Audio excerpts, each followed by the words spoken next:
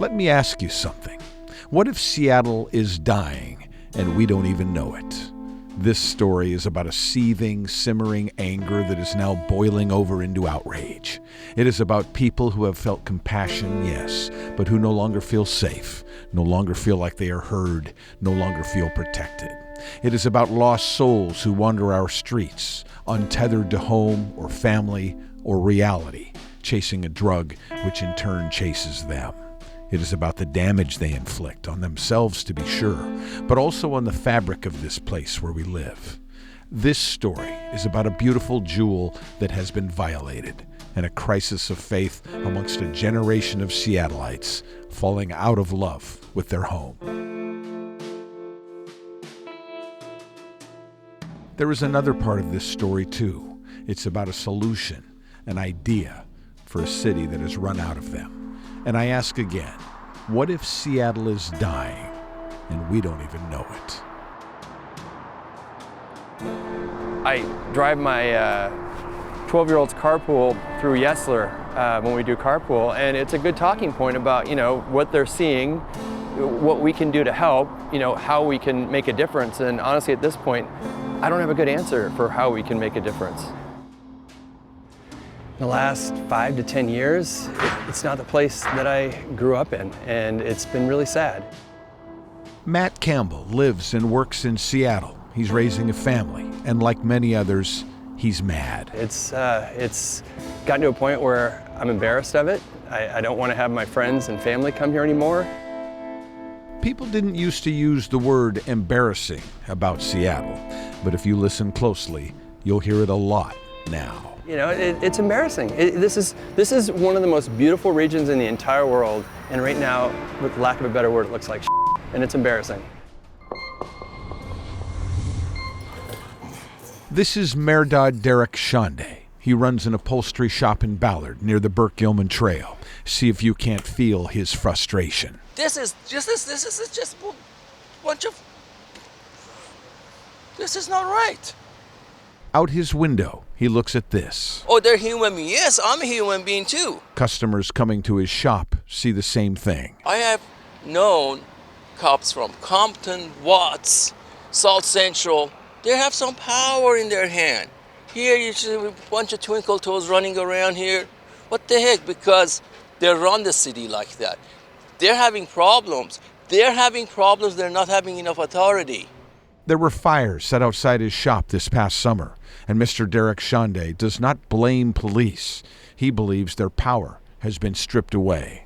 The city mayor doesn't give the cops authority. That's the problem. We need somebody with some weights and tell them, it's not legal living on the sidewalk. It's city ordinance. It's not legal living here. Why can't we enforce the law? No Robert's rule. We're going to have a community discussion. Last May 2nd at a town hall meeting in Ballard, simmering anger boiled over into all-out rage. So why do we see so many people living outdoors? Will you manage these camps, and will you enforce the law? There has evolved a profound disconnect, and rarely has it been more vividly laid out than in this exchange. If property crime is committed, violence is committed, you need to call 911 and the police. You've lost all credibility when you say, you said 2 words. You said call 911. Do you understand that the police have told us to vote you all out so that they can do their jobs? And you're telling us to call 911? You're smiling. You think it's funny? You think it's funny the way we're living? The way we're living in beautiful Seattle, people are angry, furious about the way we are living. Let's look for a moment at property crimes for the 20 biggest cities in the country. New York City in 2017 had 1,448 property crimes per 100,000 residents. Los Angeles was just over 2,500. Chicago, 3,263. And look at Seattle, 5,258. The only major city with a worse number is San Francisco, which is dealing with the same problems for the same reasons that we are. They top the 6,000 mark. It's not your imagination. The crime here, the burglaries, the theft, the stealing of cars is worse than in other big cities. And in most cases, it's way worse.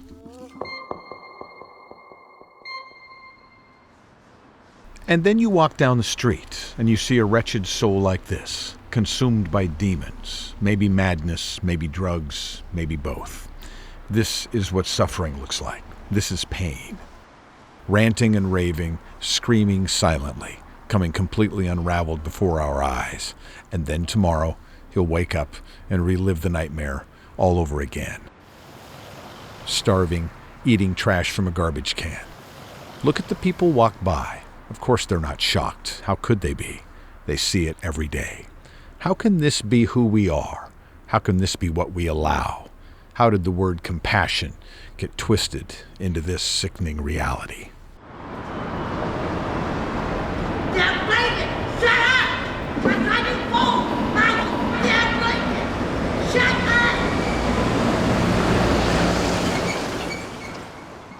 The Puget Sound Business Journal estimates that Seattle and its outlying areas spend $1 billion addressing and responding to the homeless situation every year. And they say that number is almost certainly underestimated. Nonprofits, city and county budgets, police calls to homeless camps, hospital services, building tiny houses, drug treatment and outreach. Picking up needles, clearing out camps, garbage details, chain link fencing, and the more money we throw at the problem, the worse it gets. But of course, what is happening in King County and on the streets of Seattle isn't about dollars, it's about human lives. How can this be the right thing to do? How can watching human beings live and die in filth and degradation and madness be right? The cost isn't $1 billion a year. The cost is quality of life. The cost is people not wanting to take their families downtown anymore. Families not feeling safe in their own neighborhoods. The cost is people no longer feeling like they are heard, no longer feeling protected. The cost is people dying in the streets and the rest of us getting used to seeing it, numb to the suffering. The cost is incalculable. How did we get to this point?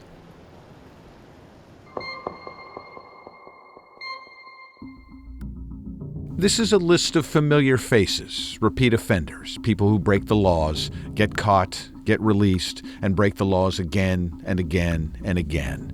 There are 100 names on the list. Scott Lindsay is the man who dived into public records and researched the list. If we take somebody into the jail, don't give them meaningful help, and then put them right back out on the streets, we know they're going to commit the same crimes in the same places. And our public records, our criminal justice records, really show that that's exactly what's happening. Look at the sheer volume of criminal cases. Calvin A., 68 criminal cases since 2002, repeated random assaults on random individuals. Drainen B., 54 criminal cases since 2016. Michelle C., 72 cases since 2000. And the list goes on and on. Seattle's mayor says this: "It is wrong to conflate homelessness with a rise in crime."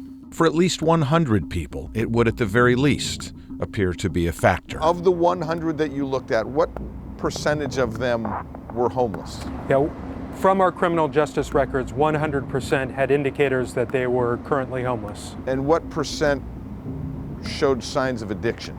Yeah, 100% also showed signs of a substance use disorder. And what percent were mentally ill? Yeah, a little less than half had been evaluated by the courts formally for mental health conditions, serious, severe mental health conditions. On average, the people on the list had 36 criminal cases each in the state of Washington and 7 jail bookings in the last year. What this report also shows is that the police are working hard. They're making contacts, they're making arrests for criminal behaviors of, again, the same people in the same places over and over and over. What I think we need to focus on is what is our criminal justice system doing to support those police officers. The 100 names had between them more than 3,600 criminal cases. For the most part, few have done serious time. They are out in our communities, walking our streets. The drain on the system, the drain on resources and manpower is incalculable. The fact that this system could go on with, in effect, 100% failure rate for so long without anybody raising questions, without city council hosting hearings, without any action being taken, is something that it's hard for me to explain. Richard Padden is 55 years old. Born and raised in Seattle, he works for the county. He looks around at Seattle's post-apocalyptic landscape and is amazed. But this borders on insane. I mean, we're allowing ourselves to participate in an insane practice that is affording people. It's heartbreaking. It's heartbreaking. Richard started a Facebook page called Seattle Looks Like Shit. It's not meant to be funny. It's meant to be sad. Pictures speak for themselves. I started grabbing a few photographs in the area, posting those, and the name of the site, as I drive around, look, I just say to myself, Seattle looks like shit. We're fed up with it. I was fed up with it. That's why I started the page. Day after day, one after another, the pictures on the page from every corner of the Emerald City paint a picture of rot and filth that is being allowed to fester on the streets and in the lots and under the overpasses of a once proud city. It looks like a third world. It looks, junkyardish.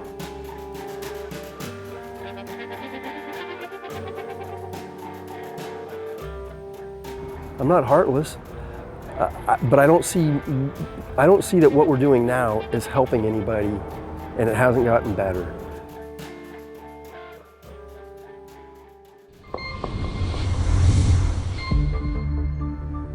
Seattle police are afraid to speak out. For 2 years, we've tried to get cops to talk about what they see every day, about what's really happening on the streets and behind the scenes.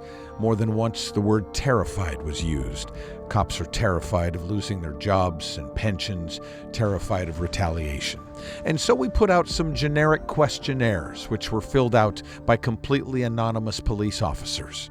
Their responses are eye-opening, frightening, and at times sad. One officer wrote simply, "Yes, I am frustrated because I'm a law enforcement officer that is told not to enforce the law." Another wrote, "It's simple. Start keeping criminals in jail. Judges need to stop giving them ridiculously low sentences, and prosecutors need to stop accepting cheesy plea deals and actually lock people up when they commit a crime. That's all it would take to drastically lower Seattle's crime rate." Another officer said, "People come here because it's called Free-addle, and they believe if they come here they will get free food, free medical treatment, free mental health treatment, a free tent, free clothes, and will be free of prosecution for just about everything." And they're right. It didn't used to be that way. Law enforcement officers used to be able to enforce the laws.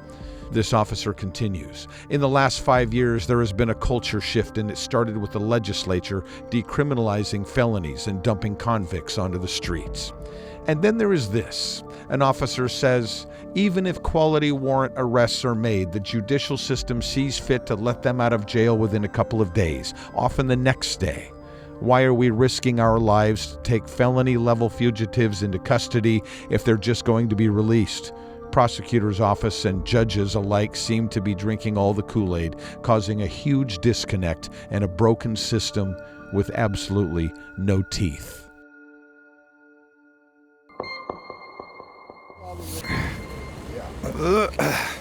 That is Travis Berge stretching out before we interviewed him. He came from Reno 4 years ago. He's a musician, a big personality, and he has problems. You're a user, right? What's your drug of choice? I use methamphetamines. Yeah. And I try to at least use it once a day. But I don't really consider myself a drug abuser. The shit is amazing. You like the meth? I love it.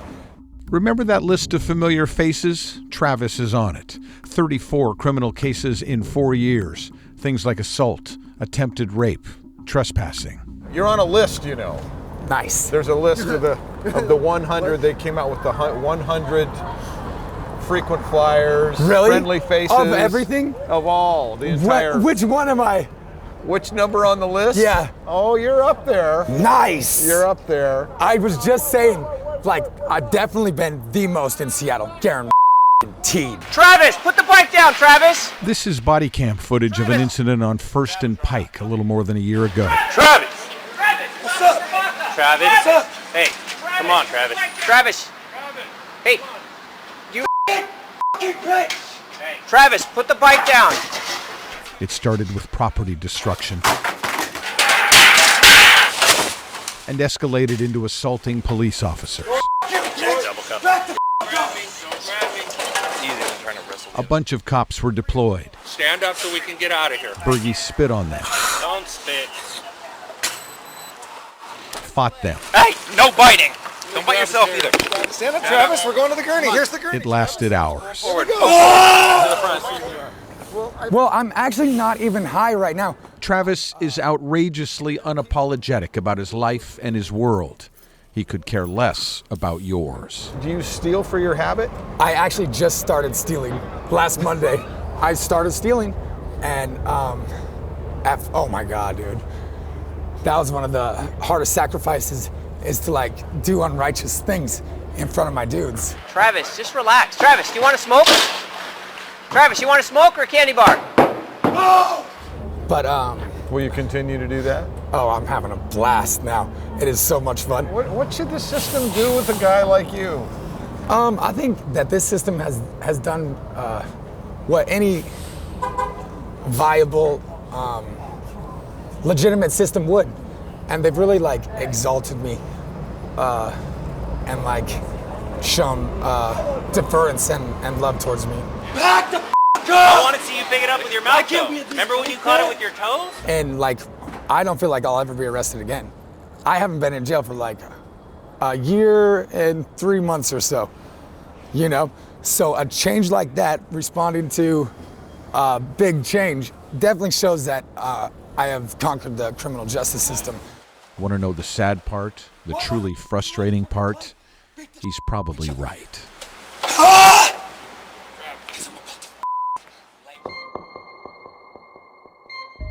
There was a police officer named Todd Wiebke. He prided himself on getting his boots dirty, on meeting the people on the fringes, in the camps. He tried to find common ground as human beings, and he tried to police. He wrote a blog for a long time, first-person musings about patrolling what happens in the dark shadows of West Seattle. Not long ago, he wrote this.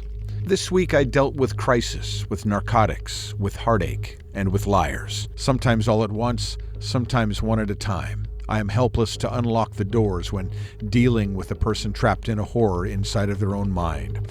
Lord, I try, but I am a limited man with just a little skill. I still love coming to work. We have an awesome city with the ability to adapt and overcome. The only way to lose is to not try. We are trying to solve this crisis, and we will not lose. And then one day this past October, Todd Wiebke was told by one superior to impound an RV and clean up the spot. And when he did it, another superior scolded him for doing so because of new protocol. He had a bellyful, and he walked into HR, and he quit. Retired, just like that. I feel like I abandoned the ship, that I walked away, and I did, because I couldn't do it anymore. It was just, the bureaucracy built up to the point where I felt like I was no longer necessary as a police officer, that the system had a different idea of how they wanted to handle it, and I was an appendix. I needed to be gone, so I'm gone. Ask anyone. They'll tell you this was a good cop, the kind we want out there, the kind we need. But I will tell you that there is no morale. There's a love for the job. He says the drugs, the camps, the theft, the rot, and the disgrace of it all don't have to destroy Seattle. They're being allowed to. Everybody's trying to do the right thing. It's just coming out wrong. Listen to these next words carefully. Let them sink in. I've said it before, and I'll say it again, that the only thing I can equate it to is we're running a concentration camp without barbed wire, up to and including the medical experiment of poisoning these people with drugs. I don't know how else to put it, and it's infuriating. Every camp I walk into, there was a weapon. multiple weapons. I found modified weapons. I was constantly on the side of the road talking to people that were swinging machetes, holding an axe, armed with knives. Our city has even gone so far as to say, well, this much of narcotics on your person's okay.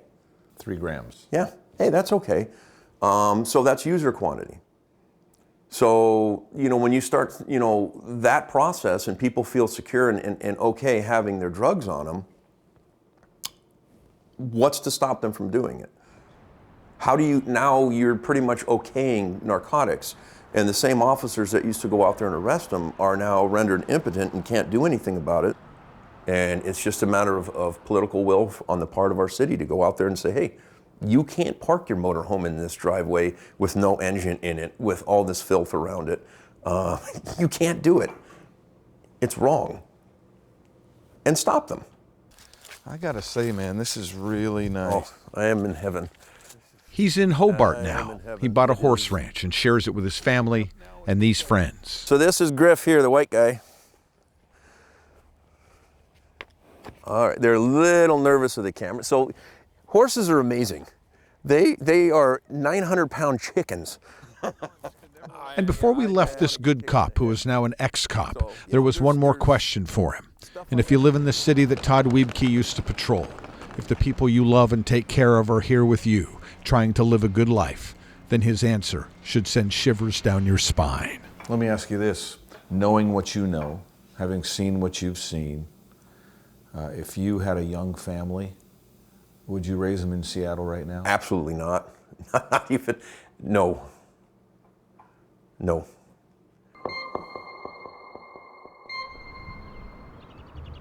There is a cemetery in Seattle, a Jewish cemetery. Campers and RVs park next to it and stay. This man, Ari Hoffman, this shouldn't be happening in civilized society, says the cemetery has been violated repeatedly. Prostitutes are working the woods. Drug addicts are working the woods. Our groundskeepers come in on Monday morning and they find everything from a weekend of fun, which is needles in the ground, crystal meth on the tombstones, other drugs, garbage. They leave their garbage outside. They see feces on the tombstones that's left over from whatever happened the night before. By the way, the name of the cemetery is Bikur Holim. It means helping those who are sick. You're mad, aren't you? I'm furious. I'm beyond furious.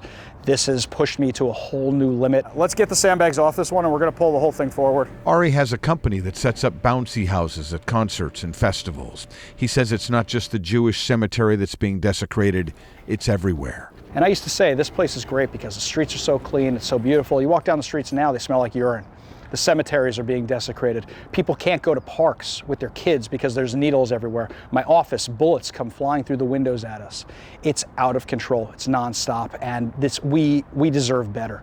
And it's all preventable. It's all avoidable. It's all fixable. It didn't have to get like this. I wish I had faith in my government, but after 2 meetings with council members and nothing's changed, I don't really expect anything to change. We're going to have to do this ourselves. Well, thanks for coming down, guys. Yeah, absolutely. Appreciate it. A couple of months after that interview was done, Ari Hoffman, who was thrust into the spotlight because he voiced his outrage, who had no political aspirations of any kind, and who was urged by friends and frustrated citizens, decided to run for city council.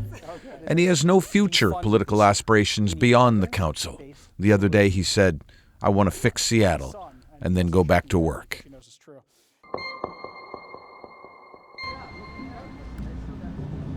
A report received is when police file a report of a case requesting that the city attorney's office file charges on behalf of the city. Back in 2006, for every 100 reports received, 25 of them didn't get filed. How times have changed. In 2016, the latest data we have, for every 100 police reports, 46 of them, almost twice as many, didn't get filed. Nothing happened at all. They were completely ignored. Of the remaining 54 of the original 100, 1/3 of them were then outright dismissed, thrown out. Another third were listed as other, with no resolution. So only 18 of the original 100 reports filed by police actually result in convictions. 18. And of those 18 convictions, after plea deals and lenient sentences, very few cases end up with anyone really being held accountable. Those are 2016 numbers. We have no reason to believe the trends haven't continued since then.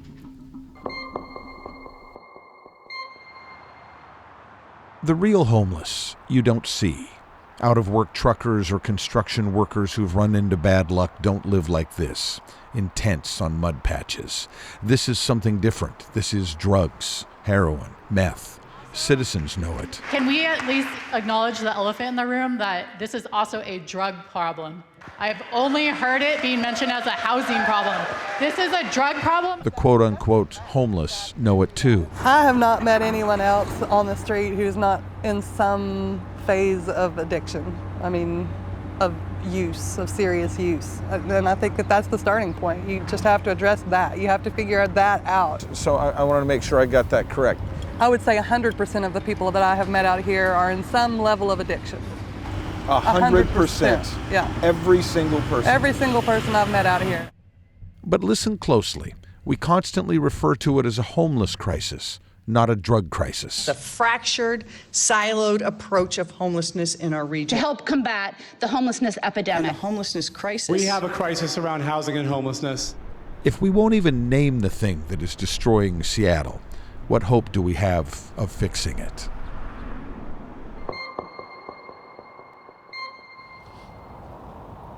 Matt Markovich is a reporter for KOMO. He's out in the camps amongst the homeless and the addicted almost every day. Yeah, that's the woman that I've been talking with right over there. She's running, they're trying to make this a park.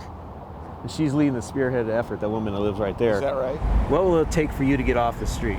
Matt is responsible for KOMO's Project Seattle Stories. His is a unique perspective, a frequent witness to the underbelly of the Emerald City with the eye of a reporter. It's a miserable life. It really is. You have no place to go to the bathroom. Fires are prohibited most places. Your biggest thing is theft. Everybody complains about theft. There's no safe spot here at all. He's seen it all. The rats, the human waste, the cold, the torment. You wouldn't wish this life on your worst enemy. No. Right? No. But it's remarkable that people are choosing this. Even though you hear the statistics from the city that, oh, people don't want to do this, that it's miserable, there's a compassion for people. The people you see, and I see in camps, many of them are choosing to stay this way because of all the drug habits they have. That's all driven by the drugs. Yes. The drugs drives everything we see here, right? I would pretty much say that. Substance abuse, heroin, meth, even marijuana to some extent, is the driving factor why they stay out here. You've sat down with the city attorney. Mm-hmm. You've asked him about repeat offenders who get arrested 60, 70 times. They're thrown back on the streets. What does he say? You can't you can't arrest your way out of this problem. That's a firm belief of his. Why is the question, should we hammer him now, when the entire criminal record that you're citing is proof that what we've been doing hasn't worked? Do you ever hear about actual meaningful intervention taking place? I really haven't. I can't say one case I've been covering for the last year and a half that I know of somebody who's gotten treatment and has gotten off the streets. Police say that on July 20th of 2017, this man, Louis Arby III, 41 years old, removed the screen from a woman's window at an assisted living facility in SeaTac and crawled in. The woman inside was brutalized for an hour. She was raped and beaten and choked and robbed. Police say Louis Arby also urinated on the floor. Afterwards, police say he left through the same window he'd entered through. The victim was treated for bleeding on the brain, a broken nose, and other injuries. She was 71 years old. It was a shocking and disturbing crime, but perhaps we shouldn't have been all that surprised. Just 4 days before the rape, just 96 hours before police say he scarred one woman's life forever, Louis Arby III was arrested here, sitting next to the fountain, right outside the King County Courthouse. Police say he was selling methamphetamine. That's him in the back of the squad car after the arrest. He was booked and then released almost immediately. Our criminal justice system decided that he shouldn't spend even 24 hours in jail. But even a brief look at his record would have shown that Louis Arby had come from California, where he'd spent 19 years in prison for kidnapping, robbery, and carjacking. And had prosecutors looked a little more closely, they'd have known that Arby was the only suspect in a case 3 months prior in which a woman was taken hostage, forcibly shot full of drugs, and viciously raped and beaten for 15 hours. The King County Prosecutor's Office says, in this case we had information that he had a 1995 California conviction for kidnap to commit robbery and other offenses.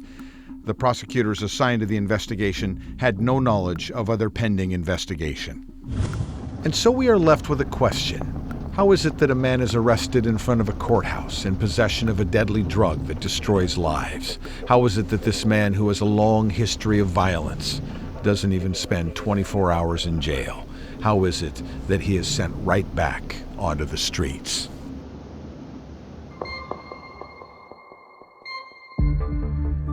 One Seattle police officer told us anonymously, I would say all of the people living in sidewalk tents, doorways, and encampments suffer from drug addiction, or more rarely, a serious debilitating mental illness. Another officer put it this way, intervention of some sort has to be made on the people who were involved. If there is no intervention, there's no solution. It's that simple. This officer continues, I used to be proud of the hard work I did and actually thought I was doing something important. I took pride in working hard and making good arrests while treating everyone with the respect they deserved. Now, it's just about trading hours for dollars, and it's frustrating to me knowing I am becoming more apathetic and caring less about doing a good job. Another cop said, homelessness and drug use have become such politically charged issues, politically charged in that the city, including SPD administration, have ceased to be interested in policing this population. In a misguided attempt to help this population, the city has allowed the streets to be essentially taken over. The city is falling apart and becoming more unsafe due to politics surrounding low-level criminal activity and homelessness. We don't want to screw over the homeless population. We just want the ability to police them. And yet another officer told us this. Drug dealers selling crack, meth, and heroin are evil people preying on the weakest part of society and belong in prison. We arrest them and nothing happens to them. They are back out on the street immediately. We need to acknowledge the disregard for human life inherent in selling life-ending drugs and lock the dealers up for serious time.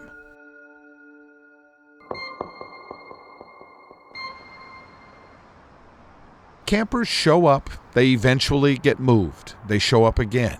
They set up where they please, in front of tourists, next to businesses, it doesn't matter. And they know that a lack of political will, or an overwhelming of resources, or indifference disguised as compassion will allow them to stay.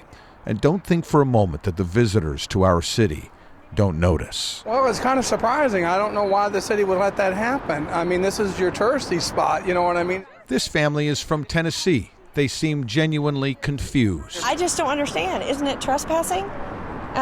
You know what I'm saying? So how can they stay there?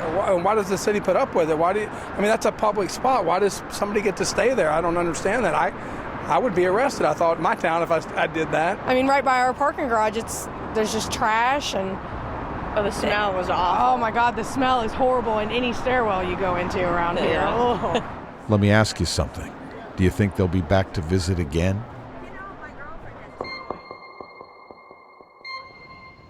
And in the last 3 years, it just has gone downhill. Steve Danishek has spent his whole life in Seattle. He says when misdemeanors stopped being enforced, it was the beginning of the end. And at that point, everyone got the message. It's a free-for-all down here. It's the Wild West. No laws apply. Do whatever you want. I could go down here and pee on the street or crap over there or smoke a joint. No one's going to get arrested for doing that because they're not doing that. They're not arresting anyone. If I was a city council member, I might say, well, we're overwhelmed. We've got this homeless epidemic. No. The city council is not overwhelmed by anything. The city council are idiots. They know that there are solutions out there. They simply have turned their back on the solutions. We don't sweat the small stuff anymore in Seattle. Small acts of incivility are ignored, and here's why. If someone, say, urinates in front of the Nordstrom store, they used to be issued a civil infraction, a $27 fine. It used to be that a civility charge would become a criminal charge if you didn't pay the fine. But the city attorney's office stopped filing civility cases. They are dropped now, almost without exception. Urinating or defecating in public, sleeping in parks, obstructing sidewalks, failure to pay infractions. All of it will get you nothing. And so the police have stopped issuing the tickets altogether.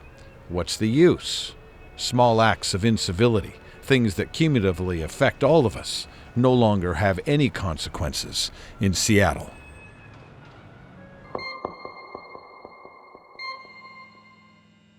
The businesses of our city, big and small, are fit to be tied. Bob Donegan is the president of Ivers. The conditions being allowed around our businesses are one thing. There's needles and rats and garbage and feces.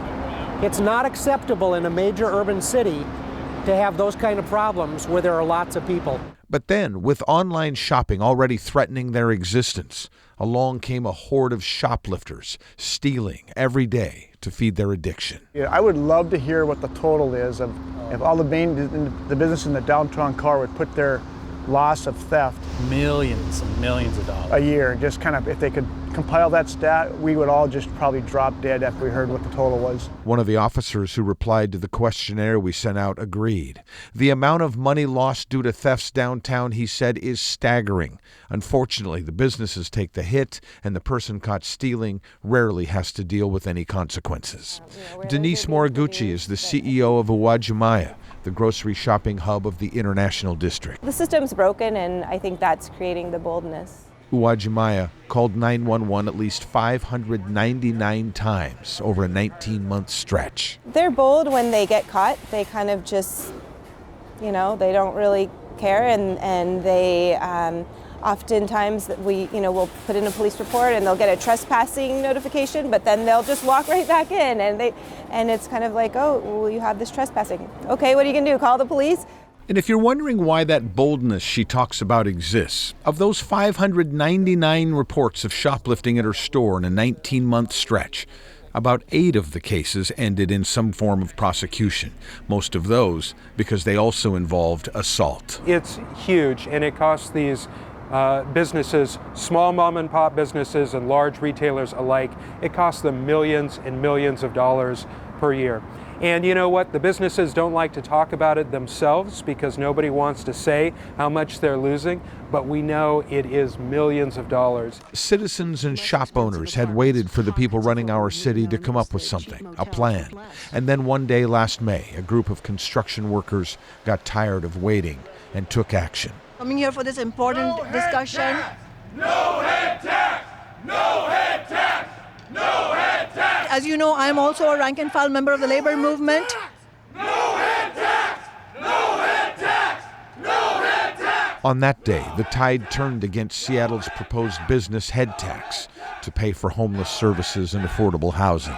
But if we fight against each other, the bosses win. No head tax! No head tax! The city council, which had passed the tax unanimously, You can say exactly what you think, but rather than chanting against each other, let's hear each other out. was forced to repeal $75 million worth of business taxes. And for a moment in time, anyway, it felt as though something had changed.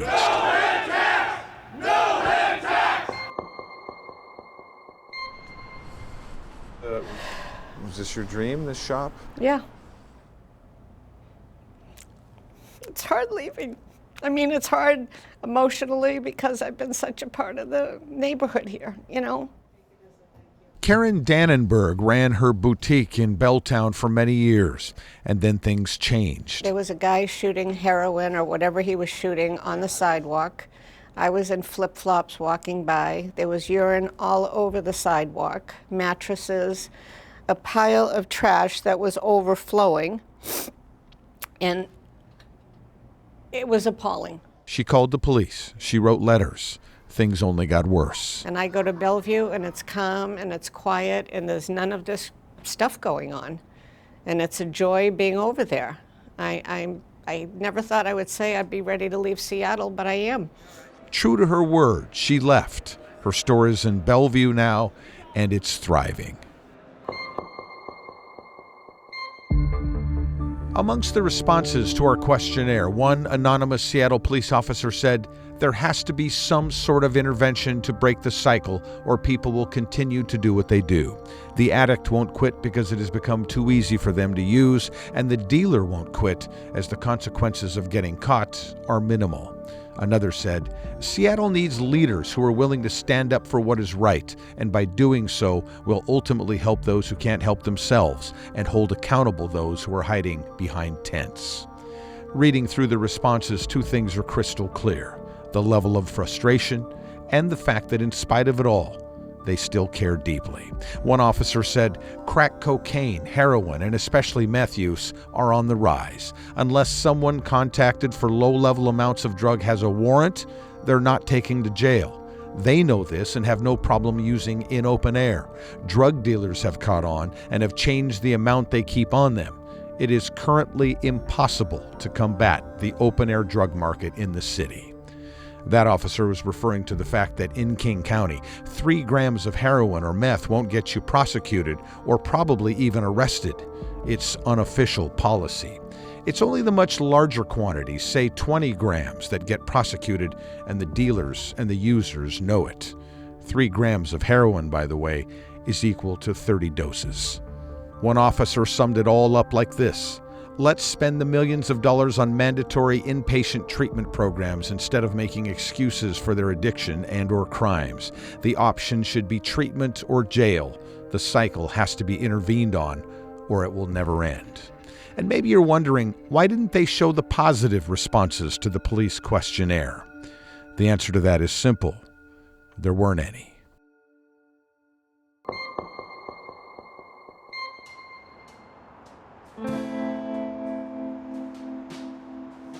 They use deadly drugs, and they sell those drugs for $10 a dose. And over they steal us blind to get the $10. And they pollute our streets and parks and neighborhoods. And they live in filth and despair like animals.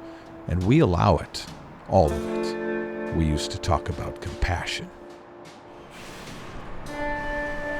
And when the madness that is always patiently waiting off in the distance finally moves in and wraps its arms around them, and in the end it always does, the suffering escalates exponentially until the misery is a white-hot pain that never stops, never rests. This man in the downtown core of our city was suffering, in distress. Once he fell down, he couldn't get back on his feet again, so he sat there for a long time. At the exact same time, just across the street, there was another man, also apparently in the middle of a drug crisis, staggering out of it, lost in some other world. You can see the same thing on a lot of corners every single day. To leave them alone is a death sentence.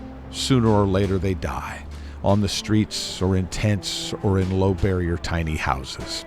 To leave them alone is to shame ourselves. And that's why they need help. They don't need camps and injection sites and bags of free socks. They need help, the kind that takes courage, the kind that gives them and Seattle a fighting chance. They need intervention.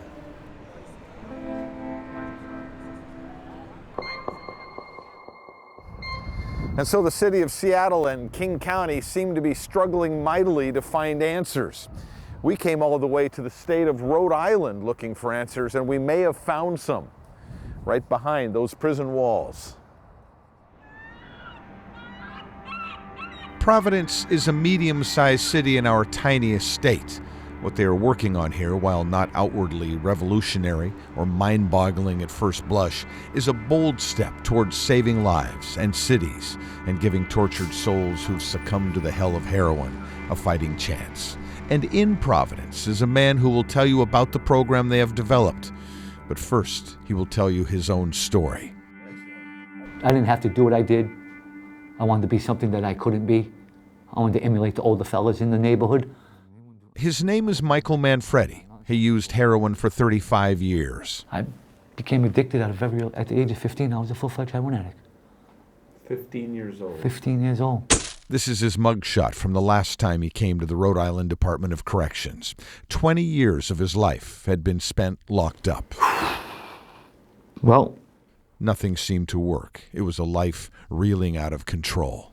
When I got the handcuffs put on me at my house that day when they kicked my door in, I looked at the lady detective and I said, thank you. And she looked at me like I was crazy. She said to her partner, she said, this guy's nuts, ain't he? She said, well, I said, you just saved my life. Because if she didn't stop me there, I wouldn't be sitting here today. I would either be dead or I'd be doing life. The question facing Rhode Island is similar to the question facing much of the United States. How do we protect our society while at the same time showing compassion towards those who are sick and struggling? It may be the question of our time. I've wanted this program basically since the day I started. Dr. Jennifer Clark is the head of what is referred to back east as the MAT program, Medication-Assisted Treatment. We can't just ignore our way out of this. We can't arrest our way out of this. People are dying, and there's something we can do to stop that. It starts out here, really, because the first thing that they do in Rhode Island is enforce their laws. Drug dealers and the people who steal and commit crime to get their drugs eventually end up in this place, the Rhode Island Department of Corrections. It's not a nice place. It's a prison. But inside the walls, something amazing happens. Every day, the inmates who are in the MAT program line up and they take their medicine. There are 3 opiate blockers that work: methadone, Suboxone, and Vivitrol.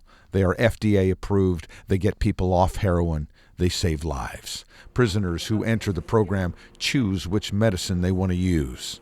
Michael Manfredi chose Vivitrol. He remembers when he first started taking it near the end of his last stint behind bars. And one night I got a call, it was about 6:30.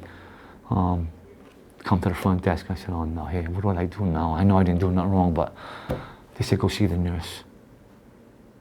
I had tears in my eyes because I knew it was time for me to get that pill. Really, this is the perfect setting because there's not as much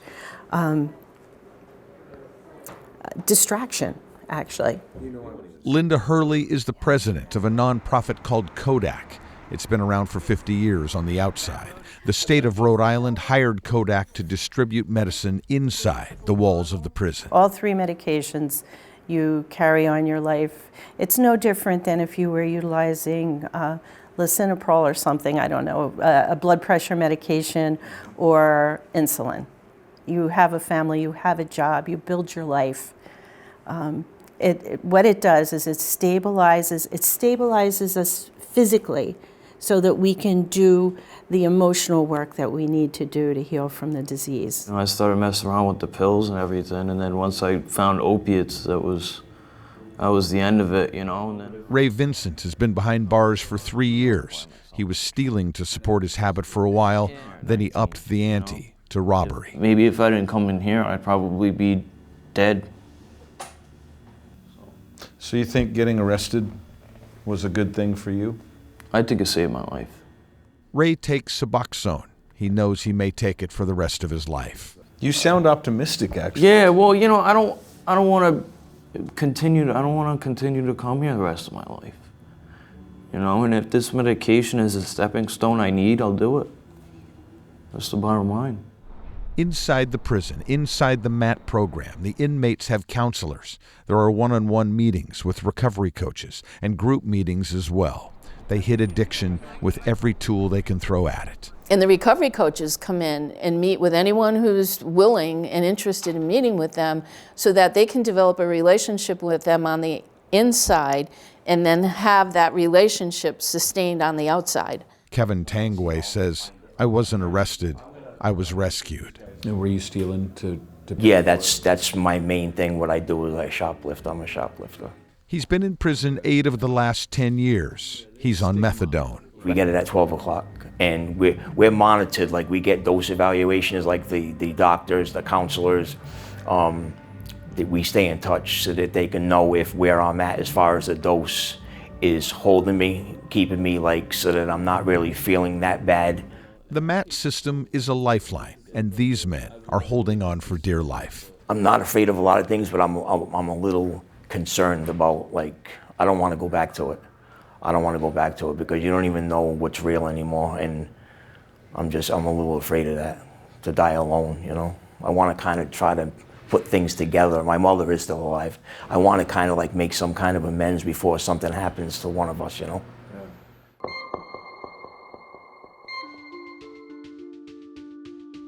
Look at this place. Look at all the buildings, the infrastructure. What if this was a specialized facility where we could use all of our resources and knowledge to fight this thing that is happening?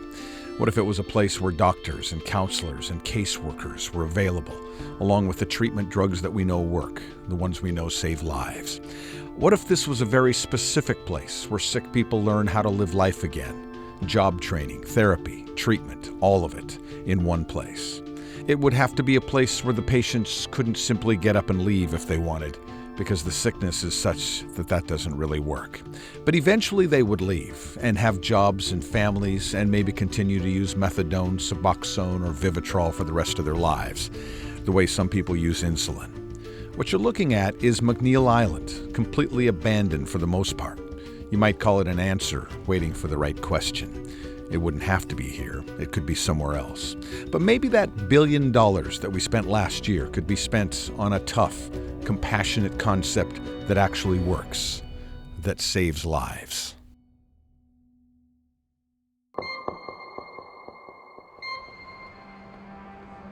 As Seattle and the rest of the West Coast wander in the darkness searching for answers, it's important to understand that the genius of what they're doing in Rhode Island isn't just that there is full drug treatment inside the prison walls.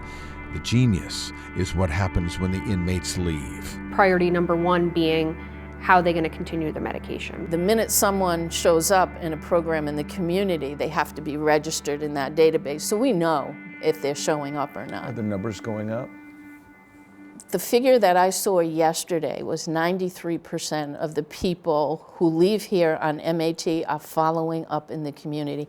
That's amazing. 93%? 93% are following through. Michael Manfredi is one who stuck with the program after he was released. He's alive to talk about it. Would I be where I am today if this program wasn't implemented? No. I wouldn't be here today. Honest to God, I'd be dead. This is a Kodak Center. They are sprinkled throughout Rhode Island. There are 7 of them in Providence alone. Once you come into the Department of Corrections and are medicated under methadone or Suboxone or Vivitrol, you become a Kodak patient. You have a patient ID number in our system, and our agencies throughout Rhode Island are all connected. Former inmates or anyone else in the program show up anytime, any day. Take-home bottles, so those will be filled. And they get their medication.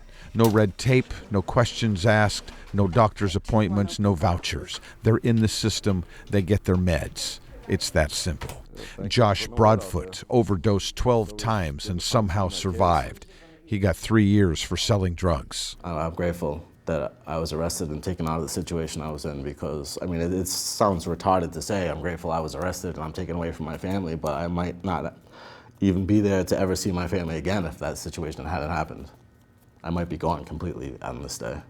Josh is on methadone. The MAT program, he says, gives him hope. You got to get out there and do different, but at the same time, we have a little bit of help along the way. We have this counseling. We have something that we know is helping us to stay away from opiates and people that care, and so that's a major help.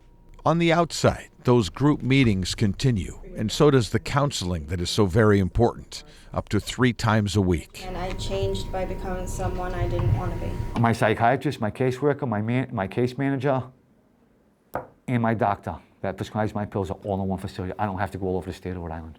It's one facility. You know, with all the counseling and all the support that I have, it's like, it's a very smooth transition. You know, I don't know how it would be if I wasn't on medication. Because I don't know if somebody, if the next day I get out, I see a bag of heroin, you know? Somebody I know just sees me on the street, hey, you know, gives me a high five or something, there's a bag of dope in his hand, you know? I don't want to, it's scary to think about, but that's reality. Ray Vincent got out of prison 19 days after we spoke to him. He's going to school to become a welder. He gets his medicine at a Kodak center every week. It saves lives, so I don't think of it as being soft or compassionate.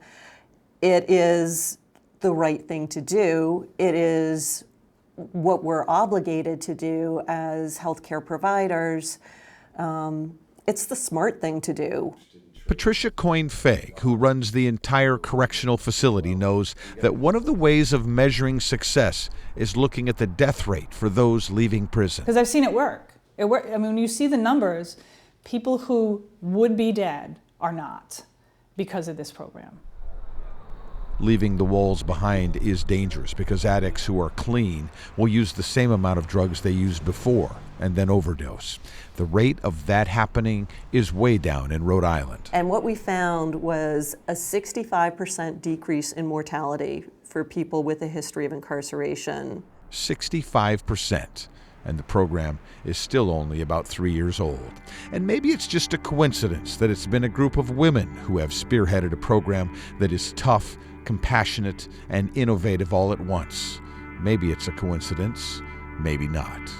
Michael Manfredi has a job now. He goes to meetings. He's reconnected with his family. He's productive. He's happy. He's alive. My biggest thing is my granddaughter. She melts my heart, man. Absolutely, I've never been happier in my life. Why is that? Because I've never lived a productive life like I am today. My life's great, man. I can't thank everybody enough, man, because if it wasn't for this MAT program, Michael wouldn't be here today. I'm proud of myself, proud of my family, and I'm proud of everything I've done. And that means so much to all of us, me and the people who work in the program, to do this work, because you're the reason we do it.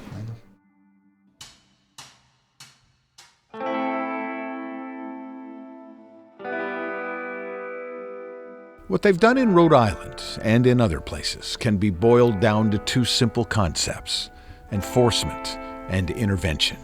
Seattle and King County have retreated away from those things. We've left sick, tortured souls to wander the streets, to rot in filth and die before us. We've turned over our city to those who would steal from us and addict our children. We've turned away from simple concepts that bind together society and keep it safe. Things like enforcement and intervention. A city is a living thing. It has a rhythm and a heartbeat, a kind of soul.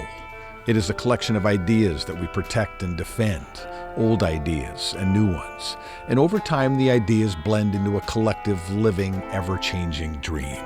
And the dream is nothing more and nothing less than a better life for our children. But behind the beauty and the ideals, behind the bridges and the ballparks and the beautiful buildings, the dirty work is the fight. Great dreams and great cities don't survive without a fight. Seattle is dying. Maybe with all the wealth and growth, we became so pleased with ourselves or so busy that we forgot about the hard part. Maybe good people who go to work every day and raise families and pay taxes, the ones who built the city and dreamed the dream, forgot about the dirty work. Maybe we forgot about the fight.